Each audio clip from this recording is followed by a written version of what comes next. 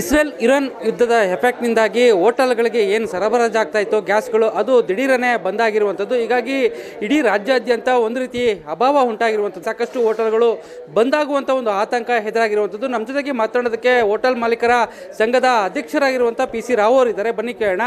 Sir, ಈಗಾಗಲೇ Iran Israel ಏನು ಯುದ್ಧ ಶುರುವಾಗಿದೆ, ಆ ಯುದ್ಧದ ಎಫೆಕ್ಟ್ ಈಗ ನಿಧಾನಕ್ಕೆ ಹೋಟೆಲ್ಗಳ ಮೇಲೆ ಪರಿಣಾಮ ಉಂಟಾಗ್ತಾ ಇರುವಂಥದ್ದು. ಈಗ ಹೋಟೆಲ್ ಬಂದಾಗುವಂಥ ಒಂದು ಆತಂಕವನ್ನು ವ್ಯಕ್ತಪಡಿಸ್ತಾ ಇದ್ದಾರೆ. ಏಕೆ ಮುಖ್ಯವಾಗಿ ಈ ಏನು ಸಿಲಿಂಡರ್ಗಳು ಸರಬರಾಜು ಆಗ್ತಾ ಇತ್ತು ಅದು ಯಾಕೆ ಇವತ್ತು ದಿಢೀರನೇ ಬಂದಾಗಿರುವಂಥದ್ದು? ಹೋಟೆಲ್ ಅನ್ನೋದು ಒಂದು ಎಸೆನ್ಷಿಯಲ್ ಸರ್ವಿಸ್. ಸರ್ಕಾರ ಇದನ್ನು ಎಸೆನ್ಷಿಯಲ್ ಸರ್ವಿಸ್ ಅಂತ ಗಮನದಲ್ಲಿ ತೆಗೆದಿಟ್ಕೊಳ್ಬೇಕು. 60ರಿಂದ 70 ದಿನ ನಮಗೆ ಅಗತ್ಯವಿರುವಷ್ಟು ಎಲ್ಲ ಫ್ಯೂಯಲು ಗ್ಯಾಸು ಸ್ಟಾಕ್ ಇದೆ ಅಂತ ಕೇಂದ್ರ ಸರ್ಕಾರದ ಟ್ವೀಟ್ನಲ್ಲಿ ನೋಡಿ ನಮಗೆ ಸಂತೋಷವಾಯಿತು. ಆದರೆ ಬೆಲೆಯನ್ನು ಏರಿಸಿದರು ಒಂದು ವಾರದ ಹಿಂದೆ, ಅದು ಓಕೆ. ಈಗ ಒಂದು ವಾರದಲ್ಲಿ ನಮಗೆ ಸಂಪೂರ್ಣ ಗ್ಯಾಸ್ ನಿಲ್ಲಿಸುತ್ತೇವೆ ಅಂದರೆ ಎಸೆನ್ಷಿಯಲ್ ಸರ್ವಿಸ್ ಬಗ್ಗೆ ಒಂದು ಚೂರು ಗಮನವಿಲ್ವಾ ಅಂತ ನಮ್ಮ ಪ್ರಶ್ನೆ. ಇದರಿಂದ ಎಷ್ಟು ಜನ ಅವಲಂಬಿತರಾಗಿದ್ದಾರೆ? ಲಕ್ಷಾಂತರ ಜನ ಬ್ಯಾಚುಲರ್ಸ್ ಇದ್ದಾರೆ. ಯಾವುದೇ ಸರ್ಕಾರ ಉಸಿರಾಡಲಿಕ್ಕೆ ಗಾಳಿ, ಕುಡಿಲಿಕ್ಕೆ ನೀರು, ತಿನ್ನಲಿಕ್ಕೆ ಆಹಾರ, ಇದು ಮೂರನ್ನು ನಿಲ್ಲಿಸಲಿಕ್ಕೆ ಸಾಧ್ಯನೇ ಇಲ್ಲ. ಇದರ ಪ್ರಯತ್ನವನ್ನು ಮಾಡಬಾರ್ದು. ಆದಷ್ಟು ಬೇಗ ಮರುಪರಿಶೀಲಿಸಿ ನಮಗೆ ಅಗತ್ಯವಿರೋ ಸಂಪೂರ್ಣ ಗ್ಯಾಸನ್ನು ಸರಬರಾಜು ಮಾಡಬೇಕೆಂದು ನಿಮ್ಮ ಮೂಲಕ ಒತ್ತಾಯಿಸ್ತಾ ಇದ್ದೇವೆ. ಯಾವಾಗ ದಿಢೀರ್ನೆ ನಿಮಗೆ ಮಾಹಿತಿ ನೀಡದೆ ಬಂದ್ ಮಾಡಿದ್ರು, ಹೇಗೆ ಸರ್? ಶುಕ್ರವಾರ, ಶನಿವಾರ ನಾವು ಚರ್ಚೆ ಮಾಡಿದ್ದೆವು ಇಂಡಿಯನ್ ಆಯಿಲ್ ಕಾರ್ಪೊರೇಷನ್ನ ಮುಖಂಡರ ಜೊತೆ. ಯಾವುದೇ ರೀತಿಯಲ್ಲಿ ತೊಂದರೆ ಆಗುವುದಿಲ್ಲ, ಅಗತ್ಯವಿರುವ ಸಿಲಿಂಡರ್ಗಳನ್ನು ನಾವು ಕೊಡ್ತೇವೆ ಅನ್ನುವಂಥ ಆಶ್ವಾಸನೆಯನ್ನು ಕೊಟ್ಟರು. ನಮಗೂ ಸಂತೋಷ ಆಯಿತು.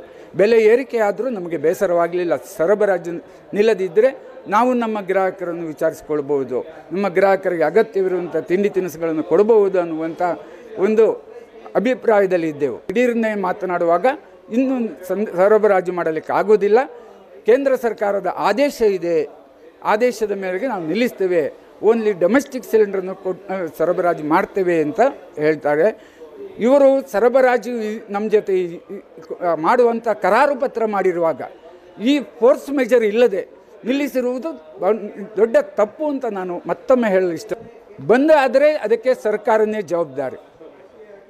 ಹೋಟೆಲ್ಗಳು ನಡೆಸಲು ಅಗತ್ಯವಿರುವಂಥ ಗ್ಯಾಸ್ ಇಲ್ಲದಿದ್ದರೆ ಹೋಟೆಲ್ಗಳು ಮುಚ್ಚಲೇಬೇಕಾಗ್ತದೆ.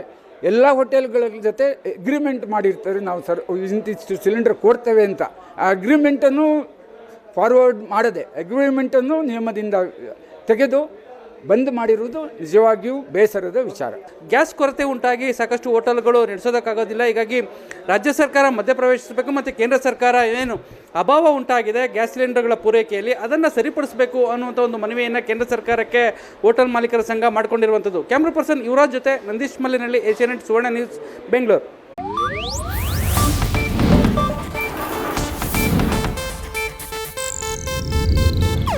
ಇದು ಏಷ್ಯಾನೆಟ್ ನ್ಯೂಸ್ ನೆಟ್ವರ್ಕ್ ಪ್ರಸ್ತುತಿ.